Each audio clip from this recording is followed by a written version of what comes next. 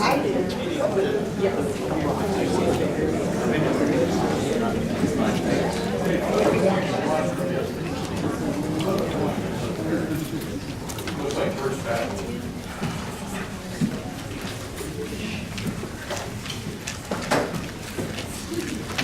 Okay, we're going to have the same format with 1 minute opening statements from the candidates, and then the questions with 90-second answers, and a 2-minute wrap-up.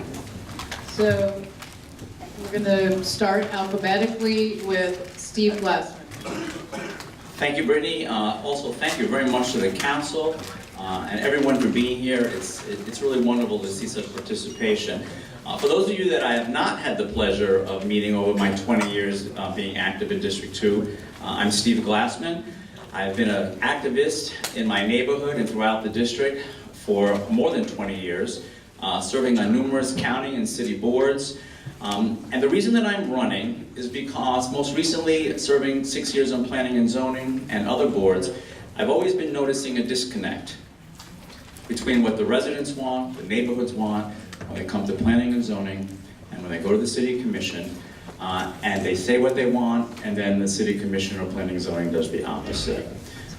That's my motivation for running. I want to be the voice of the people in the neighborhoods. I want to protect the integrity of the neighborhoods, and I want to make sure that our quality of life is a good one in every single neighborhood. And I want to make sure that we're all about sustainability, and that's what I want to make sure of. You brought a little bell there. That's okay, I'm okay. Tim. All right, thank you. I want to thank also the neighborhoods that have brought the forum tonight. It's really a wonderful thing, and I appreciate it. I want to thank all you folks for being here. This is living proof that you care about the city. This is a nice attendance. Before I say anything else, I want to thank my wife, Cindy, who has put up with me for 40 years, and I don't think she left yet tonight. Generally, she cuts out early. Thank you, Cindy. I want to tell you that as I look out here, I am your neighbor. I see so many friends, so many people that I've worked with for so many years here in these neighborhoods. We have a lot of work to do. I do have the endorsement of our police and our fire, our first responders, and 15 different neighborhood presidents that have been presidents in these neighborhoods. And boy, I want to get to work on our problems. And I can only do it if I'm elected and I have help from each and every one of you. So it's nice to be here. Thank you, Brittany. Thank you. All right, let's start with an issue that's very district specific, street closures. They're very controversial. I think back years ago when I was covering the city, they were being done to keep drug dealers from being able to escape police quickly and that sort of thing. What is your position on street closures? And we'll start with Steve. I believe that many of these street closures actually started in the 80s. We have to protect the vow that was made to these neighborhoods. I don't know how you go back on that vow now. I think that it is so important because we've seen the improvement in these neighborhoods, the crime that has been cut down. We cannot let these neighborhoods be open to the cut-through traffic. It is very important. And the city actually has to do a better job, I believe, of maintaining these street closures and those areas. I'd like to see the city work harder with the individual neighborhoods. You know, in walking through the district for these last almost 4 months now, I'm always perplexed when I see some of the street closures and they're not being properly maintained. The integrity of the neighborhoods mean that all of the entrances, the exits, the boundaries of each neighborhood should be aesthetically pleasing and inviting, because that shows pride not just for the neighborhood specific, but also the entire city. So I want to see that partnership. But I'm going to vow to you that those street closures will not be opened. Yeah, that's great to hear, Steve. I agree completely. The street closures are absolutely critical for Lake Ridge and Middle River Terrace and South Middle River. They were basically put in place when I was a commissioner, because the drug traffic was so deplorable. So we stopped that by closing the street ends, and what we found out is not only did it get rid of the drug trade, but it made neighborhoods like Lake Ridge a viable neighborhood, a peaceful neighborhood. The kids could go back out in the streets. So we just have to fight at all costs opening the street closures. When you look around the city, the neighborhoods with no crime have one way in and one way out. There's a reason for that. So I absolutely agree with Steve. We cannot open any closures. We have to keep things the way they are. Thank you. The topic of road dieting, as they call it, lane elimination, very controversial in Broward County because one of the top frustrations that people always voice in surveys and polls is traffic congestion, and yet our local governments are taking lanes of the road out. As we were talking about in the last session, that is proposed on 4th. What is your stance on, in general, taking away drive lanes and on that road specifically, Tim? I think you have to use that judiciously. I think it's working on 13th Street. That was a road that was a mess. Had people going through it 50 miles an hour. There were major crashes, Dixie and 13th all the time. Since we've put a road diet in there, we've got 4 new businesses open, a wonderful coffee shop, a bar, a wonderful thrift store. We have 4 new properties coming online. But 4th Avenue is going to be a bridge too far right now. So maybe we can get to that in the future, but let's let Wilton Manors do their thing with their 2-laning. Let's let 13th Street come alive the way it has been. Let's leave 4th Avenue alone. I don't think Las Olas is working the way it is. So you can't just have a pat answer for road dieting. You have to look at the specific one, do it where it works, leave it alone where it doesn't. Steve? Thank you. I agree with 4th. I'm not in favor of that road diet on 4th at all. I think that would be a horror show for Middle River, but also especially South Middle River. I'd like to talk, though, a little bit about why this isn't working. I don't think that there's a comprehensive plan citywide to move traffic. There needs to be something holistically. I don't like just taking street.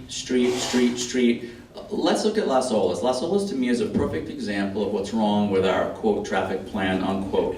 You have about 7 different things going on Las Olas Boulevard right now. Near the Floridian, it looks like a driver training class or a miniature golf course. I don't know what's going on with those stanchions and the colors and, you know, who's doing this and why does it make sense? We want to encourage people to be in our city and have quality of life, so we say, come to our city, and then we narrow all the roads. Well, someone needs to explain that philosophy to me. How does that work when you're growing and yet you're making it harder and harder and harder for people to move around in the city? We have to have a holistic traffic plan for the entire city, not a piecemeal plan, and Las Olas is the perfect example because that's the gateway from the beach that goes all the way from the river to the ocean, and yet you can't make heads or tails of what's going on that street, and that's indicative of the problem throughout the city. Thank you. On the issue of, let's talk about LGBT issues. It's been said to me that this district has the highest number of gay voters out of the city of Fort Lauderdale, and so I want to use this question, one, to give Tim an opportunity to Thank you, Brittany. clarify some things that you said during the campaign that have drawn some criticism on this issue, and then just in general to address, is there a, quote, gay vote in District 2, and does it matter? Tim.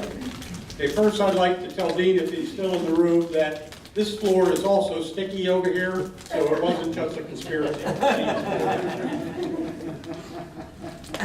You know, I am a giant activist for rights for all people. And I truly believe that you should never judge anybody by their color, their religion, their sexual orientation, their gender. And my wife and I and my child have lived that life here all this time. So when the primary happened in District 2, and ads came out that said, don't lose your seat on the city commission, keep the seat gay. I was amazed by that, because nobody has fought for gay rights in this city more than I have. So I won't say that I was offended, but I was surprised, and I might not have handled it as well as I could have, but this is my message. Judge people by who they are and what their character is, every one of us, not by any of those other characteristics, and not in this race either. Thank you.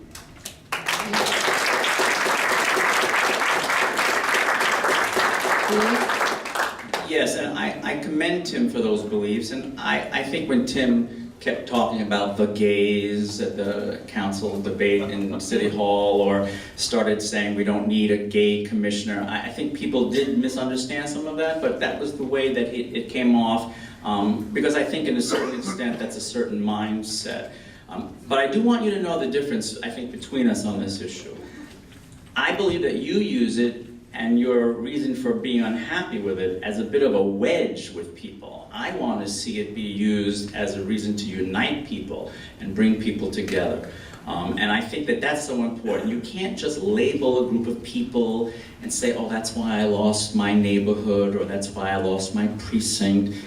You have to look beyond those kinds of labels. It's not good to label. So where you're thinking that people are labeling, you're also labeling. I'm very proud of the fact that I have the endorsement of Equality Florida, the state's largest LGBT advocacy organization. I'm very proud of the fact that I have the Dolphin Democrats, the oldest political LGBT organization in the state of Florida. I have their endorsement. And there are policies and there are reasons. Ever since I was a little child, like you, I got into a lot of trouble advocating for every kind of right. I used to be spat on in high school when I protested the Vietnam War. I'm giving you my age a little bit, but that's okay. But I think we both have the same heart when it comes to rights of people, but that's where I think we differ. I want to see it used as a healing tool, not as a divisive tool, blaming whatever reason, whatever. That's how I feel. As long as you vote for Green, I think we do, that people should vote for one or the other of us based on our ability to do the job, not because you have more gray hair than I do, or maybe that I'm shorter than you are, or any of these other criteria. And that's what I live by, and I appreciate you knowing that. Thank you. And I think you're coloring it a little bit lately. No. Yeah, I remember you having a little bit more gray and a little less red, and I think... You know what I noticed? There aren't any pictures of me, but I noticed that I'm getting a little miserable. I've known you for 20 years, and I'm noticing the difference. It's okay. No problem. Cindy, come on, help me out here. That's okay. Next question. Okay. The Annie Beck House. You both have some involvement in the Annie Beck House project, in which a historic home was moved to a city park. For each of you, do you regret your involvement in this? Has it worked out the way that you would like to have seen it? How will you fix it going forward? Steve. Yes, thank you. Actually, I did not have any involvement in moving the Annie Beck House to Middle River Terrace Park. That was before I became very active. I was active with the Broward Trust in the very beginning of the trust formation, and then most recently in the last few years. But I didn't have anything to do with moving it. I just said in the project, but go ahead. Okay. That is a wonderful historic treasure, and for those of you that know my passions, you know that historic preservation is one of them. When the house was moved to Middle River Terrace Park, there was really nothing put in place for the maintenance of the house. And a wood house, 102 years old, will require maintenance all of the time.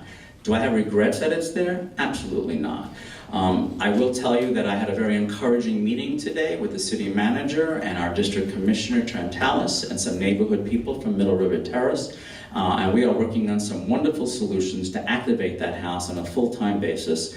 We need to work through those details, and that should very shortly be coming to the City Commission for resolution. But no regrets. Anyone that walks by that park and sees that house sitting there lovingly in the middle of that park. It is a beautiful addition to the park, and I think that it just looks so picturesque there, and we have to support it. You know, it's hard to maintain a historic property, especially when you rely on donations of $35 a year for a membership.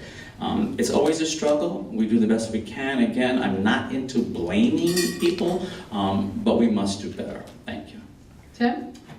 It's really sad what has happened to the Annie Beck House. I don't know how many of y'all know what it's all about, but it's in the Middle River Terrace Park. And I did have something to do with bringing it there because the head of the Historic Society said, we have one of the oldest houses in the city. It's getting ready to meet the wrecking ball. Do you have any ideas, Tim? So I went to some of you, I went to people in the city, and I said, could this thing go into the park? So it costs $100,000 to move it there. The whole city came out and walked alongside of it from Las Olas. My group, the Central City Alliance, that I'm the president of, took over management of the house for 3 years. We had meetings in there, we had groups in there, we had Christmas parties in there, we had Easter bunnies in there.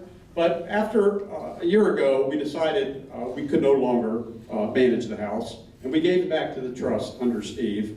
And this is, you know, it doesn't matter about blaming, but the house is in disrepair, it's not being used, it's boarded up.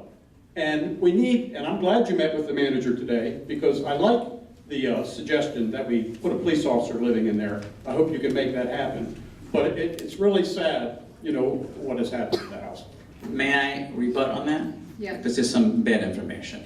The house is not boarded up. The house was boarded during Irma, and because of the other threats of the hurricanes coming after that, the house was boarded up. It is still used, and it's not abandoned. There were some photos that were circulating, just so you know. If you drive by the front of the house, and just for those of you that might not know, when it comes to a historic structure, the part of the house that faces the street is the most important. That looks just fine. The work that's been ongoing for the last 6 months has mostly been under the house, where it's all been secured so the homeless are no longer living there. We've replaced all of the stairs, the porch in the back, the double doors that rotted out. There was a lot of neglect over the last couple of years, actually, sad to say. And now that's being righted. It takes time, it takes money, but most of that work is done, and it will continue to get better. Again, I'm not into the blame game or pointing fingers, but it's an ongoing process, and I think everyone's going to be quite satisfied, just like the people from Middle River Terrace that were in that meeting today with the city manager. Thank you. I think we're on to progress, and I'm glad you're doing that now.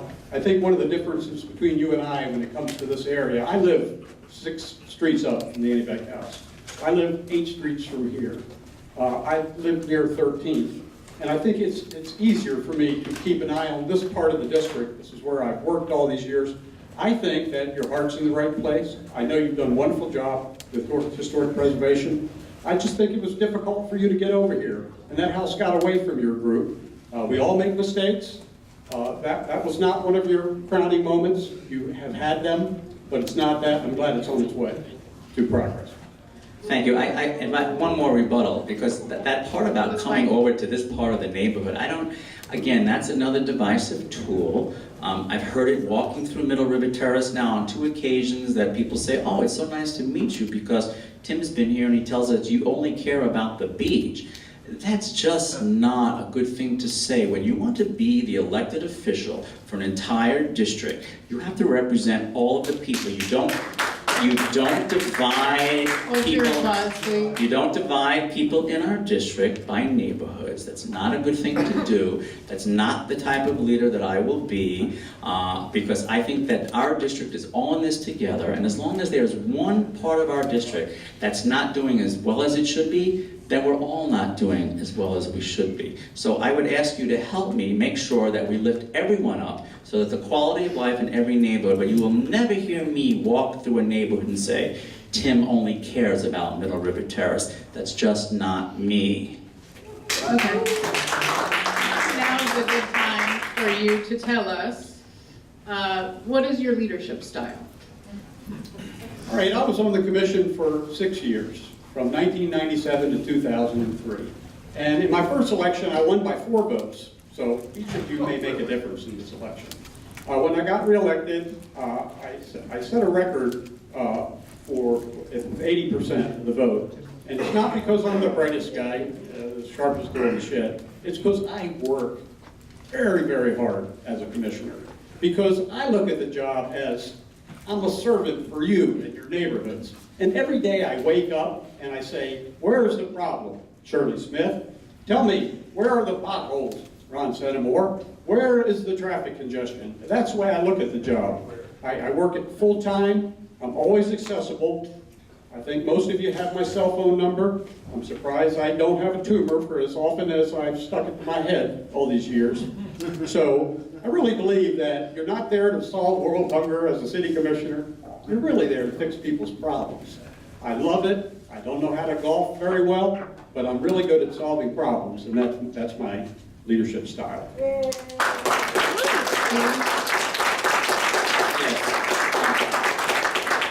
I think the most important thing is to be able to listen to what the people are saying in every part of the district. I served for 7 years as the president of a neighborhood association that's known for its cast of characters. That's the Central Beach Alliance. And it's always been a very interesting place. Lots of opinionated people. And the way I found myself navigating through that was listening, building consensus, not always saying no to a project, working with all sides, and for that we were able to actually improve some of the projects that we saw in our neighborhood because we worked together. I'm a very firm believer that everyone is entitled to an opinion, everyone is entitled to come to the table, and everyone must be heard and listened to. And then along the way, you have to say what your vision is. And then hopefully you bring people to that vision, but your vision is also based on a consensus of what the people want that you're representing.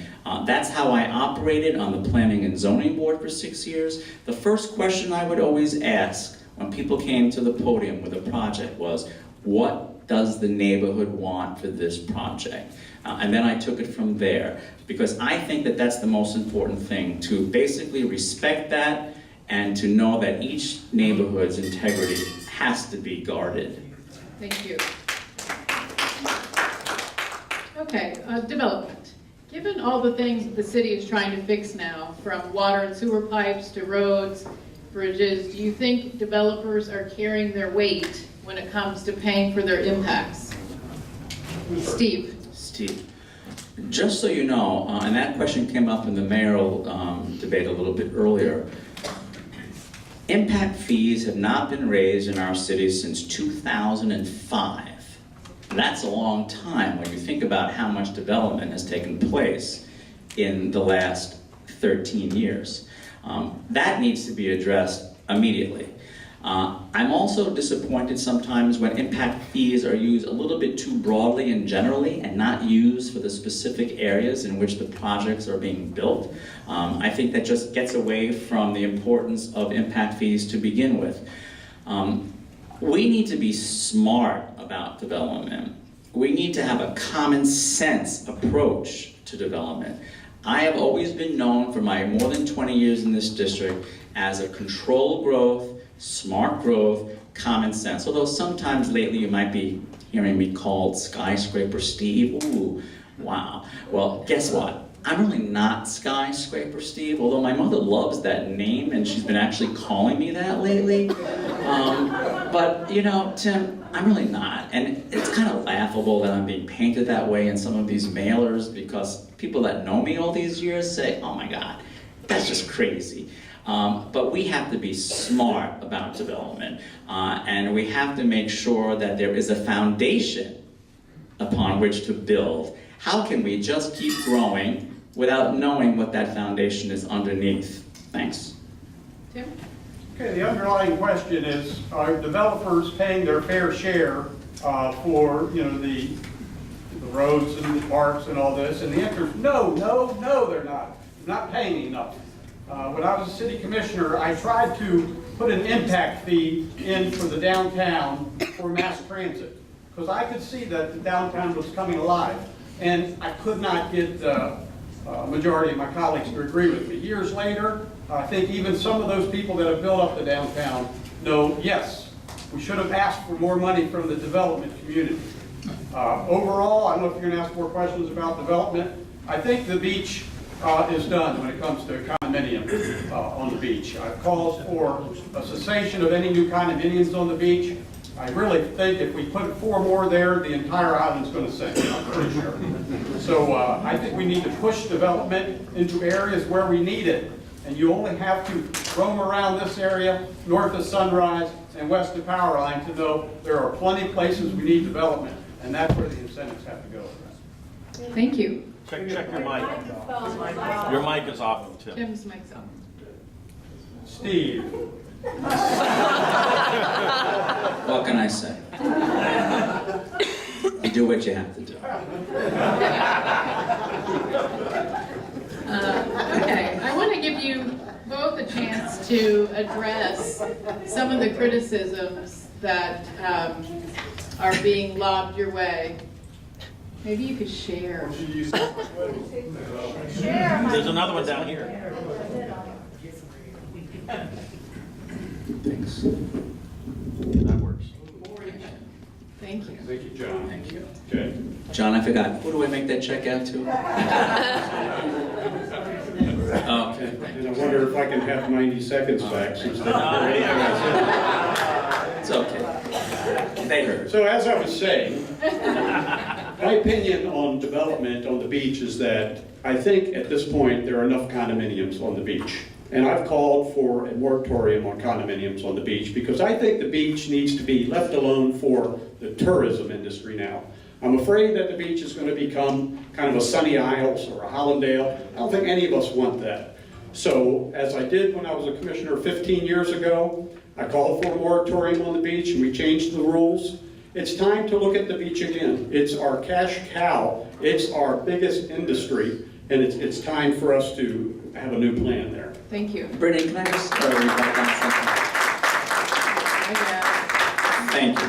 And I do want to address this because actually Dean referenced this when he talked about his predecessor on the commission. Tim, because you do say that you brought forth the idea of a moratorium, but you did. But that's after you approved 26 buildings on the beach, and it's easy to call for a moratorium after you're hearing everybody screaming about all of the overdevelopment on the beach. So let's put it in context. That's all I'm just saying, put it in context. After the approval of thousands of units on the beach, yes, there was a call for a moratorium, so thank you for that. Well, that's just not true. I called for the moratorium way before most of those buildings were built at the beach. At the time, the beach needed redevelopment. We had the candy store, the wet t-shirt contest. We didn't have the St. Regis, the Ritz-Carlton 5-star hotels. That was the time to build nice things at the beach.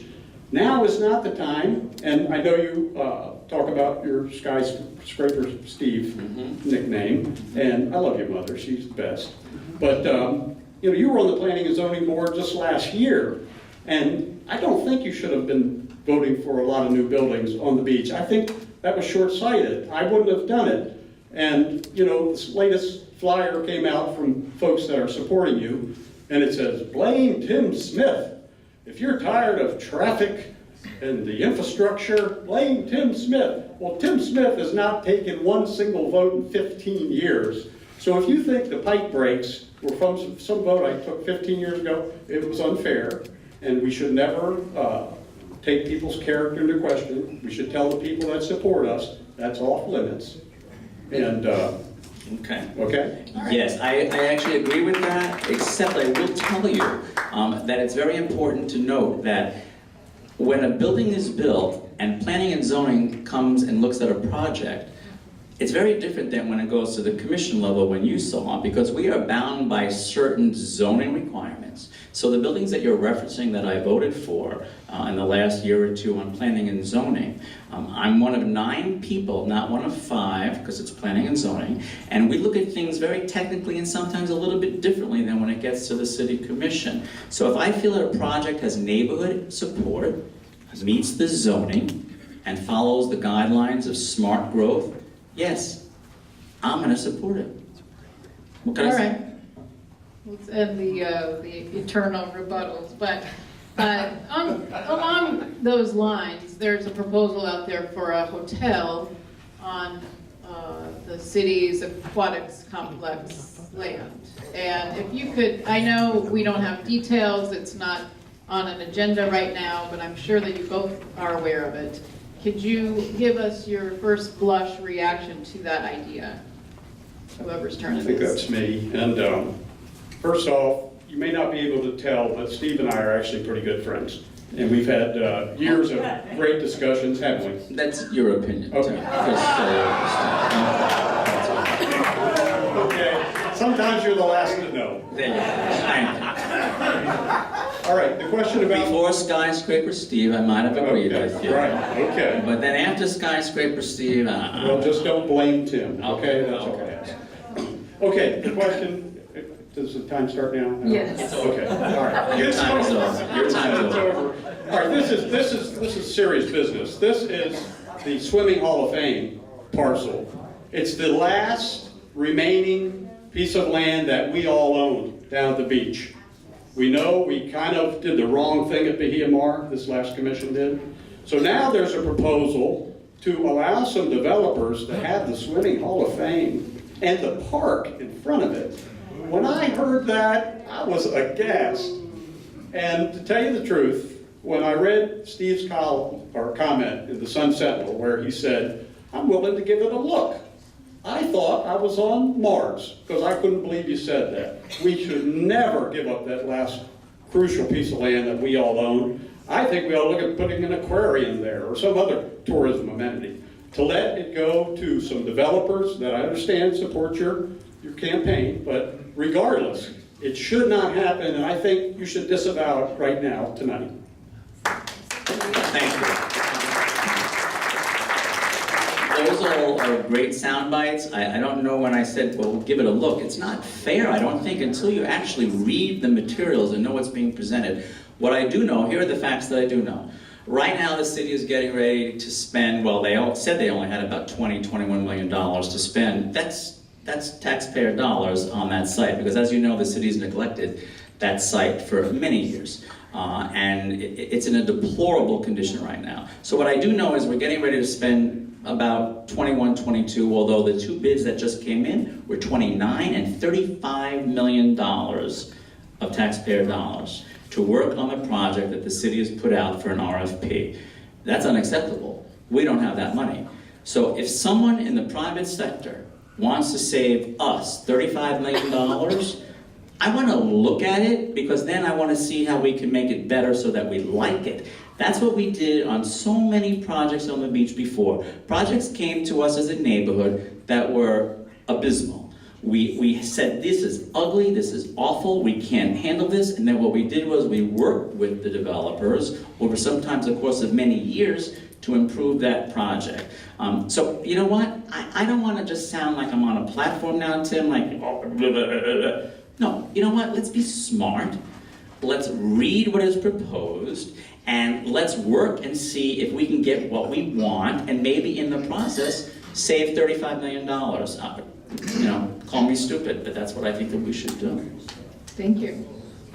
I want to give you a chance to address the criticisms that have been lobbed your way. Steve, you have criticized Tim, saying that, you know, years ago when he was on the commission, he was that homespun, working class guy, and he enriched himself through votes and his advocacy for Middle River Terrace Park and the improvements on 13th Street, and that now he's essentially a fat cat who benefited from his own activism. And Tim, you've said that Steve is really sort of a fake when he says that he's slow growth, because he has voted for many high-rises when he was on planning and zoning. So if each of you wants to have a chance to address those criticisms, because I know that those are the things that are being said behind your backs or maybe right in front of your faces during the campaign, starting with, I think it's Steve's turn. Okay, thank you. these are the things that sometimes I think get us caught up in a very negative attitude. I do want you to understand, though, that these are the things that I also hear. Not that I just say, but I also hear these things in terms of Tim's terms in office. You know, a flyer was passed out tonight by Tim, and it says right on the top, Tim only takes $25 maximum contribution. Well, why do you distribute a flyer like that, even as late as tonight, when everyone knows that that was your policy for many, many, many years? But then as soon as the primary was over on January 16th, you said, you know what, forget that, I'll take your $250. And then you know what, forget that, I'm gonna go with a PAC in Tallahassee outside of our city and raise a lot of money that way so I can call Steve Skyscraper Steve.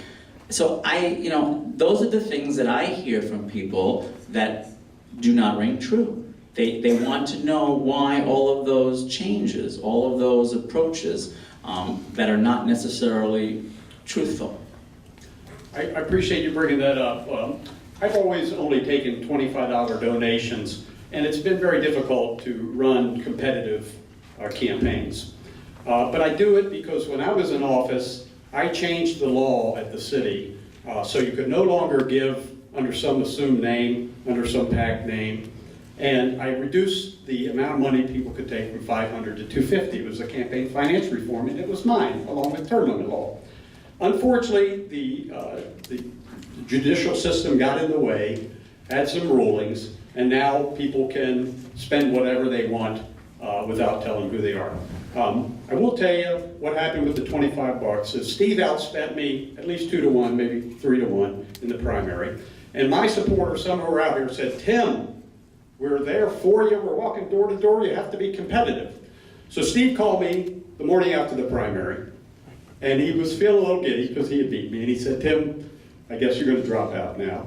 And I said, no, I'm not, because quitting is for quitters. And I said, I'm going to double down, and Steve, why don't you start taking only $25 so we can send a message that you do not need developer, lawyer, lobbyist money. Steve, you know what you told me, forget about it.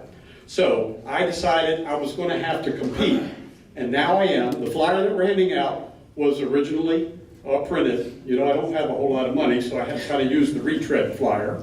But no, I do take $250 now, and if any of you are out there that are willing to give me a contribution, please call me. That deserves a little bit of a rebuttal, just for a fact check, because, you know, Tim, you said, okay, the 25 wasn't working, and I needed to be more competitive. So I'll go to the 250. Well, guess what? Since the primary, your campaign reports show that hardly anyone contributed either 25, 50, 75, or 250. But so, okay, so, all right, so I'm just saying, then you said, okay, I'm gonna go even to the deep end and take this Tallahassee lobbyist, very ultra bad person, and I'm going to use this PAC, and I'm going to raise money so I can call Steve names, and I'm going to go in that direction. So the leap doesn't make sense. You could have just stopped at the 250 if you were that man that put the 250 limits into place, just as you put the term limits into place, and those are both good things. But you know what? You didn't listen to yourself. And then you're trying to convince people that, well, I have to stay competitive. You could stay competitive, Tim. You're a multi-millionaire. You could put some bucks in the race, and you could do it. It doesn't ring true. It doesn't ring true. It's a folksy approach, but it doesn't ring true. Sorry. Just one last thing, and I am a folksy guy. I plead guilty to that. But your PAC that is out of Coral Springs. Local. Coral Springs. Have you driven there? Well, excuse me, Broward County. Okay. At any rate. Okay. You put out a flyer that blamed me for traffic, even though I hadn't voted for 15 years. But the funniest thing on the back, and my wife and I actually chuckled, it said, Tim Smith is sending out a flyer. His people have a PAC, shady money. But it was on the flyer that came from the PAC, Steve. Yes. You get the irony of that? Without a doubt, because the difference between shady and not shady. See, ours are Broward County, but you know what, Tim? We can disagree, but let me just explain something, Tim. You went to the PAC. You started the PAC game. In our race? I didn't go to the PAC. Okay, you didn't start the PAC. But the PAC began with you in our race. You promised to me in the very beginning when we both were running, you said to me, Steve, let's pledge, keep this about issues, That's right. keep it positive, no personal attacks. And you know what? We did all the way through the primary. As soon as the primary was over, boom, let's attack Steve. That's what happened. I haven't attacked you, Steve. Oh. I know that PAC has, and the PAC that supports you has attacked me back. And Oh. it's a shame. Here a PAC, there a PAC, everywhere a PAC. That's right. Maybe whoever wins, maybe we can fight to stop this shady money Yes. that is fouling up the political system. Yes. Maybe you'll do what I did when I was there 15 years ago if you Yes. win, but I hope you don't. Well, Win that. I understand. Okay. Maybe. Let's go to the question that I asked in the prior segment. What is your position on ending the lease to the gun show at War Memorial Auditorium? Tim? I think I'm first. Yes. I did go to Fort Lauderdale High School last week when I heard there was a protest there. I was drawn to it. My son is the wrestling coach there. And I was so inspired by these young people that may be making a difference in these gun laws that we all know are so wrong. And we have been trying to change them and we've had no luck. But the youth of America that we thought might have been lost this generation apparently is not. I will not vote for a gun show in any civic building until the universal background checks for gun shows is a national federal law, until weapons of war cannot be sold to, definitely not to our 18-year-olds that can't even buy a beer, but probably let's just outlaw that gun altogether. You shouldn't be able to shoot 17 people in 3 minutes. No, I will move immediately to stop any leases with any gun shows until the laws make sense to me, and they don't today. Thank you. I commend you for that. I would actually agree with that. Just one point of clarification, it's actually a license that gun show has through November, and it would be a license that we would actually not renew. I want you to know that in a former life, for almost 20 years, I was a teacher. I was a high school teacher. So you must know how I feel about what's happening. When I taught high school, this was pre-Columbine, so the thought of what we're witnessing over and over and over did not even enter our consciousness. I have been horrified by what I have seen. So yes, I agree with you. No semi-automatic rifles, no automatic, no magazines, raise the minimum age. If you're on a terror watch list, there are so many steps that we can take. I'm very proud of the fact that lately some of the municipalities in Broward County, and actually the Broward County Charter Review Board, have stepped forward and said, go ahead, Governor, fine me, throw me out of office. And they're taking those very bold steps now. That's something that we need to look at. Perhaps there's a way to challenge the state on this very crushing regulation where they can fine an elected person, actually remove him or her from office. So there are some steps that we need to look at. Recently even they removed the mental health issue for buying a weapon. There's just so much that we can do, but no, I agree with you. We cannot renew that license when it comes up again. Can I just add Really quick. I think that the city needs to play a bigger role, Steve. I'm glad we agree, we're in harmony on this. The city of Fort Lauderdale is the largest city in Broward County. They should be stepping up and bringing the other cities to the table, and since we're one of the biggest counties in the state, so Fort Lauderdale needs to step up and provide leadership in this issue. You agree? Without a doubt. Thank you. Okay, just a yes or no on this one, because we're running out of time and I want to get to 2 things. Given that the city commission voted the way it did on the waive after you signed your pledge to discontinue support at your first meeting if elected, do you still pledge to try to undo the waive on March 20th? Yes or no? Steve? Yes, do you want just a one-word answer, or should we allow? Yeah, just One one word's word. good. One word, Tim? yeah, yes. Yes. Okay. And then, with just 1 minute, just because we're almost at the time for wrap-up, but I wanted to get to the issue of city administration. Like I asked in the last segment, if you were elected, would we expect to see you advocating for a clearing out of the city administration? Tim? When I was serving 15 years ago, we had a situation where Mayor Jim Noggle, if any of you remember him, hopefully not too well, he would fight the city manager at every meeting. It was so anti-productive. So this is what I think will happen possibly when the new commission comes in. We can't have a mayor and a manager that fight themselves fight each other at every meeting. So first off, I would take up for the city manager because I think he's taken a beating because the commission told him to do certain things, and then they don't take ownership of it. They say, well, it's the manager. You know, it's the traffic department. But the commission, that's where the buck stops. Having said that, if we have a mayor that cannot work with the current management, then I would go along with that mayor, and I would ask the manager, in this case Lee Feldman, he can find other work. The man is known as one of the sharpest in the state. So I would say he would have to go, we'd have to find someone else. Steve? Yes, I think it's really important that whoever the manager is have the confidence of the city commission. The same for the city attorney. We saw a real disconnect recently with the city attorney, if any of you watched the debate on the wave, where the city attorney was actually saying, do not approve this. This is not the way for us to go as a city.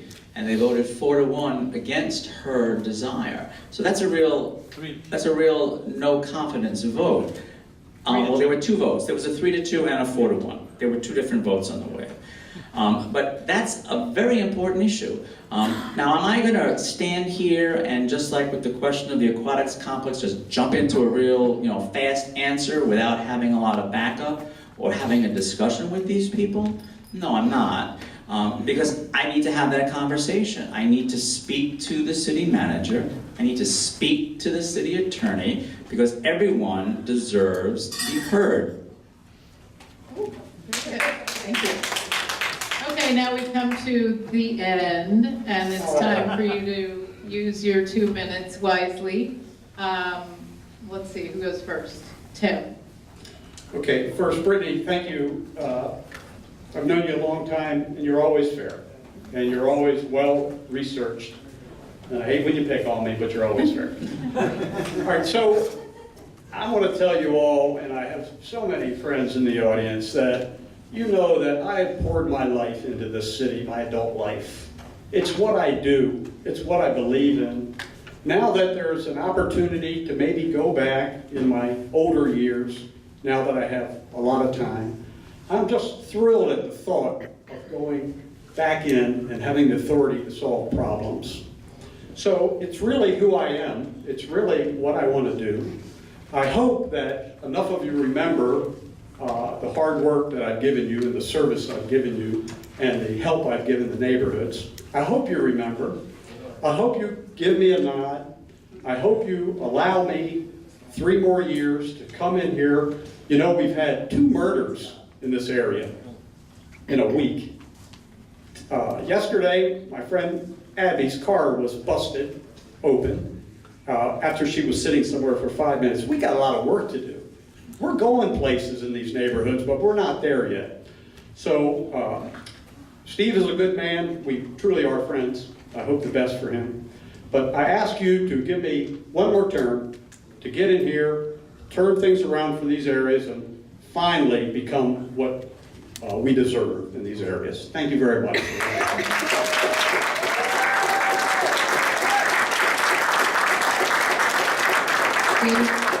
Yes, again, thank you, Brittany. Thank you to the council. Thank you, Tim.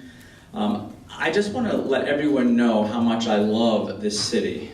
And that is a strong motivating reason for me to be running, to be a part of the leadership of this city. I have thoroughly enjoyed meeting hundreds and hundreds of people, walking through the neighborhoods, phoning, talking, going to groups like this. We live in a great place, and we have amazing people that live in this city.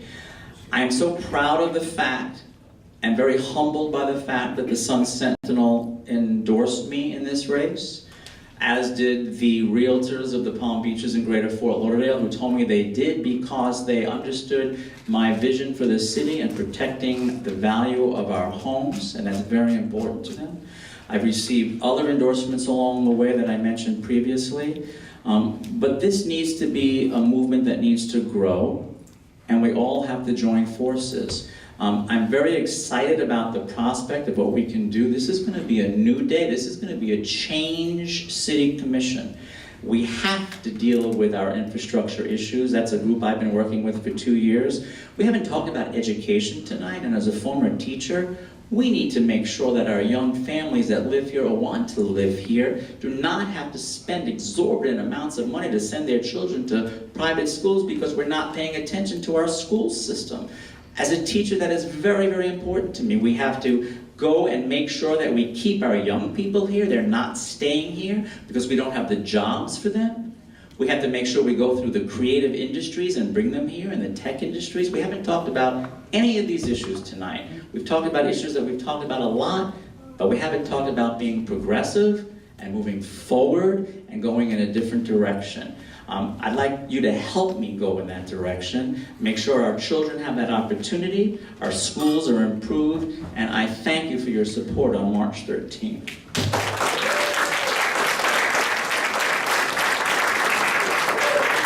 Okay, that concludes our program. Thank you all very much for coming out, and don't forget to vote on March 13th.